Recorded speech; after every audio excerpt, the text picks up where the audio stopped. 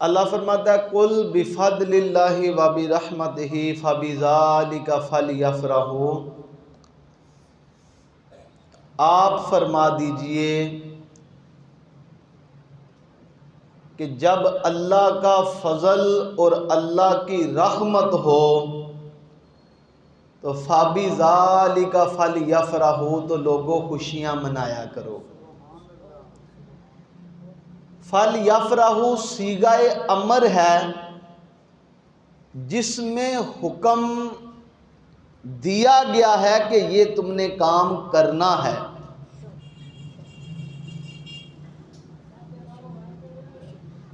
آپ کا نہیں پتہ، لیکن میرے نزدیک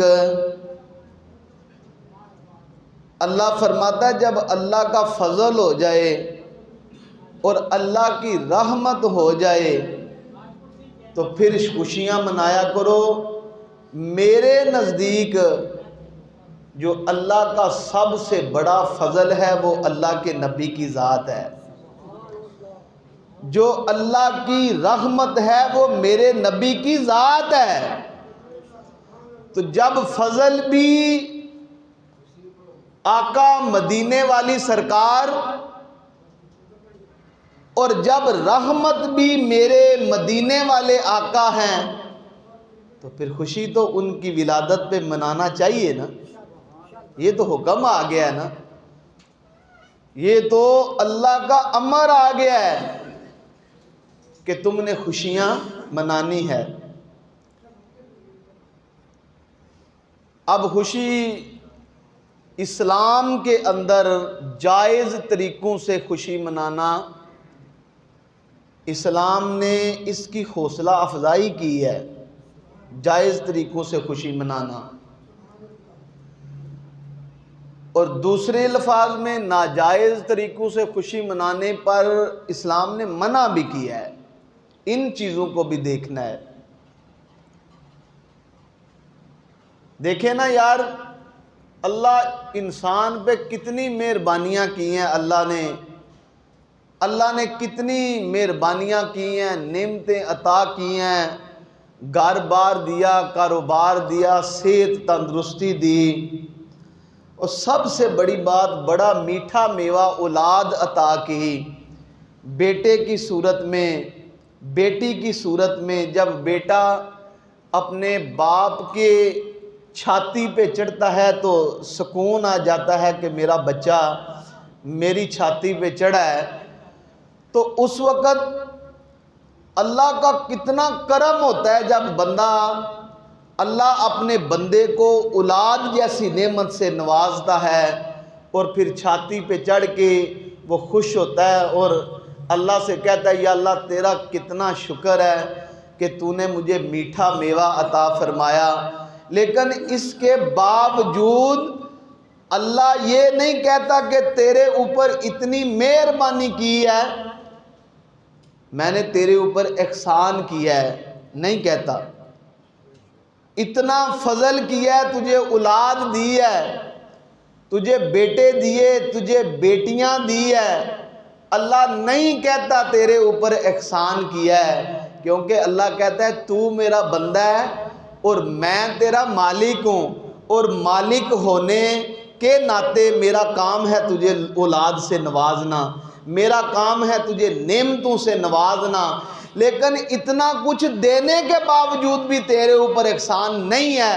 ہاں، اللہ فرماتا ہے ایک تیرے اوپر میں نے احسان واقعی کیا، لَقَدْ مَنَّ اللَّهُ عَلَى الْمُؤْمِنِينَ إِذْ بَعَثَ فِيهِمْ رَسُولًا، وہ احسان یہ ہے کہ میں نے اپنا نبی تجھے عطا فرما دیا ہے۔ اس پہ تجھے میں نے واقعی تیرے اوپر احسان کیا ہے، نہ نعمتوں پہ احسان کیا ہے، نہ اولاد پہ احسان کیا ہے، نہ گھر پہ، نہ کاروبار دے کے احسان کیا ہے، نہیں۔ اللہ کہتا ہے جو نبی دی ہے وہ احسان ضرور کیا ہے، وہ میں ضرور، اللہ کہتا ہے بولوں گا تیرے اوپر میرا احسان ہے، میں نے تیرے اوپر احسان کیا جو اپنے نبی کو عطا فرما دیا۔ تو جائز طریقوں کے ساتھ خوشی منانا اسلام اس کی حوصلہ افزائی کرتا ہے۔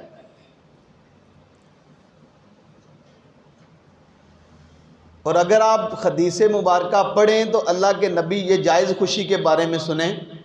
اللہ کے نبی کا فرمان ہے کہ جب شادی کرو تو تم ولیمہ ضرور کیا کرو، چاہے ایک بکری ہی کیوں نہ ذبح کرو۔ جب شادی کرو تو ولیمہ ضرور کیا کرو، چاہے ایک بکری ہی کیوں نہ کرو۔ اور دوسری طرف فرمایا ولیمے کی جو دعوت دے اس دعوت کو ضرور قبول کیا کرو، یعنی خوشی کے اندر شامل ہونا بھی اللہ کے نبی کا فرمان ہے کہ اس کی دعوت کو ٹھکرانا نہیں۔ ایک فرمایا خوشی کرو، دوسرا فرمایا اس کی خوشی میں شامل ہوا کرو۔ یہ نبی علیہ الصلوۃ والسلام کا حکم ہے۔ اور یار میں کبھی کبھی یہ سوچتا ہوں، لوگ ان چیزوں پہ اعتراض کرنے لگ پڑتے ہیں۔ بچے کی شادی پر ہم لوگ گھر پہ بتیاں نہیں لگاتے، کیوں جی؟ لگاتے ہیں۔ حضور کی آمد پر اگر گاڑیاں مسجد میں لائٹیں لگ جائیں تو کیا مسئلہ ہے؟ جب بچے کی پیدائش پر خوشی منانے کے لیے حلوائی گھر میں بٹھا دیتے ہیں اور مٹھائیاں تقسیم کرتے ہیں، تو جب کائنات کا دولہا اس دنیا کے اندر آیا تو پھر مٹھائیاں نہیں تقسیم کرنی چاہیے؟ اور پھر نہیں اللہ کا شکر ادا کرنا چاہیے؟ یار پتہ نہیں کس کس کے ذہن کے بندے۔ اب نیا ایک سوال نے جنم لیا جو میرے اوپر ہوا۔ بندہ کہتا ہے جی 12 لاکھ روپیہ حج لوگ جو ہے وہ لگا کے کر رہے ہیں، تو لوگ بھوکے مر رہے ہیں، اس سے زیادہ ثواب یہ نہیں کہ ان لوگوں کی غریب پروری کی جائے؟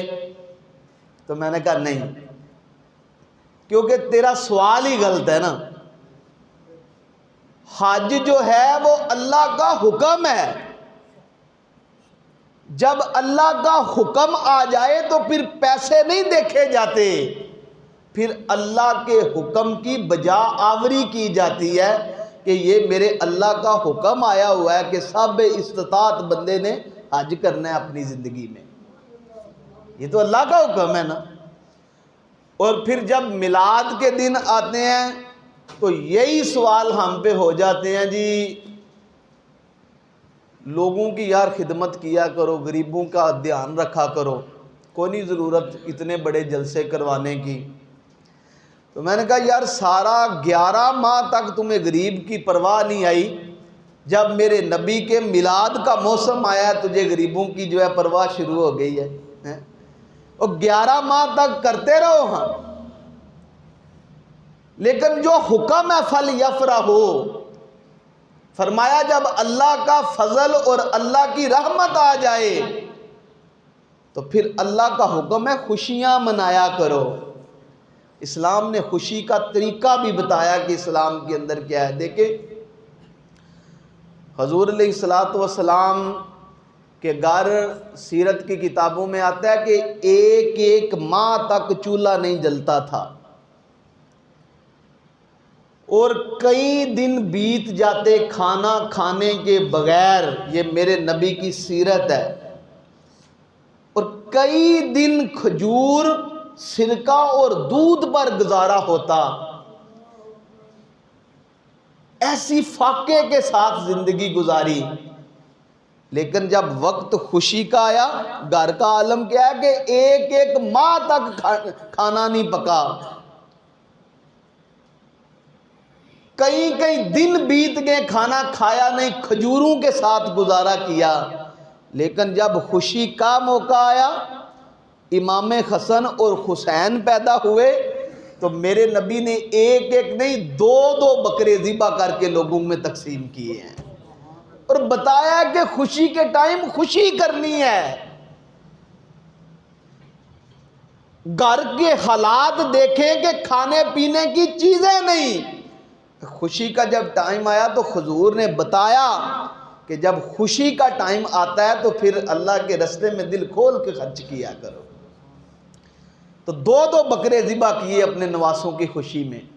تو میں اس لیے کہتا ہوں کہ بچوں کی خوشی میں عقیقے بھی ہو جاتے ہیں، اور مٹھائیاں بھی تقسیم ہوتی ہیں تو اللہ کے نبی کی ولادت کی خوشی میں مٹھائی نہیں تقسیم ہونی چاہیے؟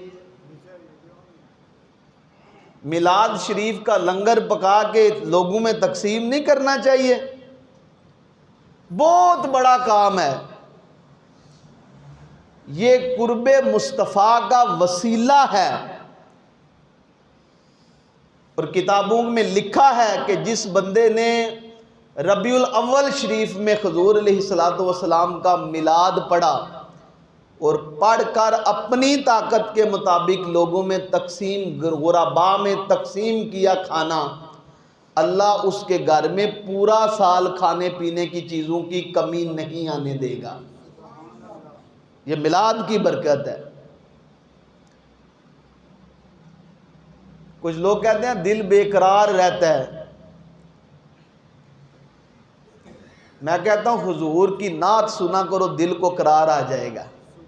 اس کی وجہ نعت پڑھنے والے کا اتنا مقام نہیں جتنا نعت سننے والے کا مقام ہے، یہ یاد رکھنا ہے بات۔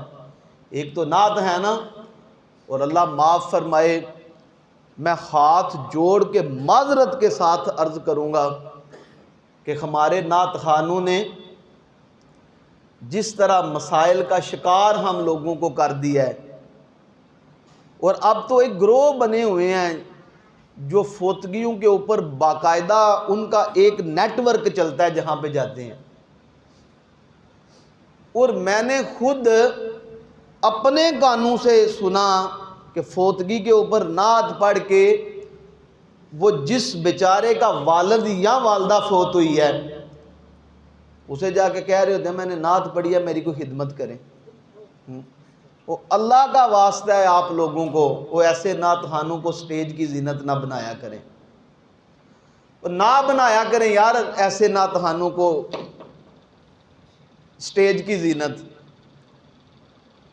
اس کی وجہ یہ ہے کہ پھر سوال و جواب ہم لوگوں کو دینا پڑتے ہیں نا، ہم مسائل کا شکار ہوتے ہیں، اور علماء کو پھر سٹیج پہ سوال ہوتے ہیں۔ اور یہ ریسنٹلی کیا ہوا کہ میں ایک عرس پہ گیا، وہاں میری تقریر سے پہلے ایک نعت خواں لگا اور اس نے عجیب و غریب ماحول پیدا کر دیا۔ وہ حضرت علی کی شان میں منقبت پڑھ رہا تھا اور سب کو کہہ رہا تھا کہ اٹھ کے ہاتھ کھلا کے جھومنا شروع کر دیں۔ جس طرح ایک تمنائی بن کے نہیں بیٹھا بلکہ ایک تماشائی بن کے بیٹھا ہوا ہے، ایک تماشا سا بنا اس ماحول میں۔ تو بعد میں جب میری باری آئی تو میں نے کہا کہ خدا کے بندو، نعت کا مقصد تو یہ ہے کہ اللہ کے نبی کے ساتھ ایسی وابستگی پیدا ہو کہ حضور اور آپ کے صحابہ کا نام سن کے دل میں ادب پیدا ہو جائے۔ یہ کیا ہوا کہ کھڑے ہو کر نعت پڑھ کے اور ہاتھ لہرا کے ساتھ ساتھ بندہ جھوم رہا ہے، یہ کوئی ادب ہے؟ اور ہاتھ باندھ کے گزارش ہے کہ جو محفلوں کے بانی ہیں ایسے غیر شرعی جو لوگ ہیں انہیں سٹیج کی زینت نہ بنایا کرے۔ وہ دین اسلام کا مذاق اڑانے کے لیے آتے ہیں اور اپنے جیب کو گرم کرنے کے لیے آتے ہیں، انہیں حضور علیہ الصلوۃ والسلام کے ساتھ کیا تعلق ہے؟ اور جو خلوص نیت کے ساتھ میرے نبی کی نعت پڑھتا ہے نا، وہ میرے نبی کی بارگاہ سے نوازا بھی جاتا ہے۔ یہ یاد رکھنا ہے، جس کا دل حضور کے عشق میں مستغرق ہو چکا ہے، حضور اپنی بارگاہ سے اسے نوازتے ہیں، اتنا نوازتے ہیں کہ حضرت حسان بن ثابت رضی اللہ تعالی عنہ اللہ کے نبی کے سامنے بیٹھ کے میرے نبی کی نعت پڑھ رہے ہیں، اور اللہ کے رسول نے تحفہ اپنی چادر اتار کر اس صحابی کو عطا کی اور لوگوں کو بتایا کہ جو خلوص نیت کے ساتھ میری توصیف اور تعریف کرتا ہے اسے بارگاہ مصطفیٰ سے انعام بھی ملتا ہے۔ انعام دیا۔ میں نے آپ کو کیا مسئلہ بتایا کہ نعت پڑھنے والے سے نعت سننے والے کا درجہ زیادہ ہوتا ہے، کیونکہ پڑھنے والے کا نیت کا پتہ نہیں، لیکن جو سننے والا بیٹھا ہے نا وہ نیت کر کے آیا کہ میں نبی پاک کی محفل میں آ کے بیٹھا ہوں، کیونکہ نعت وہ سننے والے کا درجہ اس لیے زیادہ ہے کہ نعت پڑھنا صحابہ کی سنت ہے اور نعت سننا نبی پاک علیہ الصلوۃ والسلام کی سنت ہے، اس لیے درجہ زیادہ ہے کہ حضور اپنی نعت اپنے صحابی سے سنا کرتے تھے۔ شیخ سعدی کے بارے میں تو آپ نے سنا ہوگا نا، بالغ العلا بے کمال ہی، کس کس کو آتا ہے جی؟ کاشف الدجا حسنت جمیع، تین شعر بڑے دن تک لکھتے رہے شیخ سعدی، آگے مصرع نہیں ان سے مل رہا تھا کہ پیچھے جو ہم قافیہ اور ہم ردیف الفاظ میں ہم آواز کیسے بناؤں، بڑے دن بیت گئے محنت کرتے کرتے، چوتھا مصرع نہیں مل رہا، اسی پریشانی کے عالم میں سو جاتے ہیں۔ جب سوتے ہیں تو اللہ کے نبی خواب میں آ کے کہتے ہیں کہ سعدی جو میری شان میں قصیدہ لکھ رہا ہے وہ تو مجھے سناؤ نا، تو یا رسول اللہ وہ پورا نہیں ہو رہا۔ اتنا حضور سے تعلق دیکھیں، بالغ العلا کاشف الدجا حسنت جمیع، کہتے ہیں یا رسول اللہ تین مصرے ہیں، چوتھا مصرع نہیں مل رہا۔ میرے نبی نے فرمایا اٹھو پڑھو صلو علیہ وآلہ،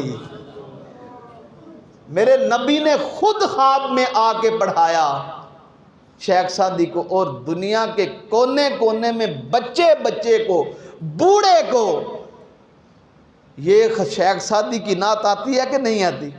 سب کو آتی ہے نا، کہ میرے نبی نے خود چوتھا مصرع آ کے بتایا کہ صلو علیہ وآلہ پڑھو، پڑھے صلو علیہ، صلو علیہ۔ امام شرف الدین بصیری رحمۃ اللہ علیہ کے بارے میں آتا ہے ساری زندگی بادشاہوں کے قصیدے لکھے ہیں آپ نے، امام شرف الدین بصیری نے، اور انعام و کرام وصول کیا ہے، ان کی شان کو بڑھا بڑھا کے بیان کرتے امام شرف الدین بصیری رحمۃ اللہ علیہ، بادشاہوں کے قصیدے لکھتے، انعام ملتے، ساری زندگی بیت گئی، آخری عمر کا حصہ ہوا تو فالج کا اٹیک ہوا، تو جن جن کی خدمت میں جا کے قصیدے پڑھا کرتے تھے سارے ہی چھوڑ گئے، بستر مرگ پہ پڑے ہیں، چار پائی پہ پڑے ہیں، وہ اٹھ بھی نہیں سکتے امام شرف الدین بصیری رحمۃ اللہ علیہ۔ ایک دن رات کو خیال آیا کہ شرف الدین یار تو نے ساری زندگی گزار دی دنیا کے بادشاہوں کے قصیدے لکھتے لکھتے، کیوں نہ آخری عمر میں اس بادشاہ کا قصیدہ لکھوں جو سارے بادشاہوں کا بادشاہ ہے، کیوں نہ میں نبی پاک علیہ الصلوۃ والسلام کی شان میں کوئی قصیدہ لکھوں۔ تو امام شرف الدین بصیری رحمۃ اللہ علیہ سوتے سوتے، فالج کا اٹیک ہے، بیمار ہیں، کوئی پرسان قال نہیں، لیکن کہا کہ آخرت سنوار جاؤں، دنیا کے بادشاہوں کے بڑے قصیدے لکھے ہیں، میں اپنے نبی کی ذات کے بارے میں کوئی قصیدہ لکھوں، تو آپ نے اپنی آخری عمر میں حضور کی شان میں لکھا مولا یا صلی وسلم دائماً ابدا۔ آتی ہے کہ نہیں بچوں کو؟ کس کس کو آتی ہے جی مولا یا صلی وسلم؟ ہر ایک کو۔ اچھا پھر جو ہے جس بندے کو فارسی کی سمجھ نہیں نہ آتی، وہ اس کی انٹرسٹ کریٹ نہیں ہوتی، وہ بور ہو جاتا ہے۔ جس کو عربی کی سمجھ نہیں آتی وہ عربی کا قصیدہ یا نعت سننے وہ نہیں سنتا، جس کو انگلش کی سمجھ نہیں آتی وہ کہتا ہے مجھے اس کی سمجھ ہی نہیں ہے۔ یہ قصیدہ بردہ شریف ہے عربی میں ہے، لیکن اس کا تعلق ڈائریکٹ نبی پاک علیہ الصلوۃ والسلام سے ہوا، اور شرف الدین بصیری کو میرے نبی نے خواب میں آ کے چادر عطا کی ہے۔ یہ عربی کا ہونے کے باوجود فارسی پڑھنے والا بھی اسے جھوم کے پڑھ رہا ہے، انگلش پڑھنے والا بھی اسے جھوم کے پڑھ رہا ہے، پنجابی پڑھنے والا اور بولنے والا اسے جھوم کے پڑھ رہا ہے۔ جس زبان کو بندہ جانتا ہے ہر ایک یہی پڑھتا ہے کہ مولا یا صلی وسلم دائے، سب کو آتا ہے۔ کیونکہ حضور کے عشق میں مستغرق ہو کر امام شرف الدین بصیری نے یہ قصیدہ لکھتے لکھتے حضور کی شان میں سو گئے۔ جب سوئے تو آپ کے نصیب جاگ گئے۔ اللہ اکبر۔ اللہ کے نبی حضرت محمد صلی اللہ علیہ وسلم رات کو خواب میں آئے، اور آ کے جہاں فالج تھا اللہ کے رسول نے ہاتھ اس طرح پھیرا۔ اللہ اکبر۔ جب صبح اٹھ ہاتھ پھیر کے اپنی چادر عطا کی ہے اور بتایا دنیا والوں کو کہ جو بندہ میری نعت پڑھے، نعت لکھے یا سنے، بارگاہ مصطفیٰ سے اس کو تحفے ملتے ہیں۔ حضور نے چادر عطا کی ہے۔ جب اٹھے تو دیکھا کہ حضور علیہ الصلوۃ والسلام نے جو خواب میں چادر دی وہ کندھوں میں چادر پڑی تھی۔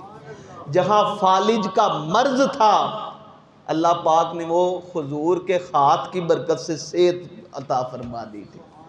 میں کسی کے خواب میں آ جاؤں غیر اضطراری ہوتا ہے، آپ میری خواب میں آ جائے غیر اضطراری ہوتا ہے۔ ہم مرضی سے کسی کی خواب میں نہیں آ سکتے، لیکن اللہ کے نبی جس کی خواب میں آتے ہیں اپنی مرضی سے اس کی خواب میں آتے ہیں۔ اور پھر خواب میں مجھے کوئی تحفہ دے جے، میں اٹھوں تو میرے پاس ہوگا، تو خواب میں کوئی بندہ چیز دے کے جائے، بندہ اٹھے تو ملتی ہے۔ یہ میرے نبی کا شرف ہے کہ خواب میں چادر عطا کی ہے، جب اٹھے ہیں تو چادر کندھوں پہ تھی۔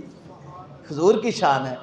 تو دعا یہ ہے کہ اللہ زندگی کے آخری دن تک حضور علیہ الصلوۃ والسلام کا میلاد منانے کی توفیق عطا فرمائے۔ وما علینا الا البلاغ المبین۔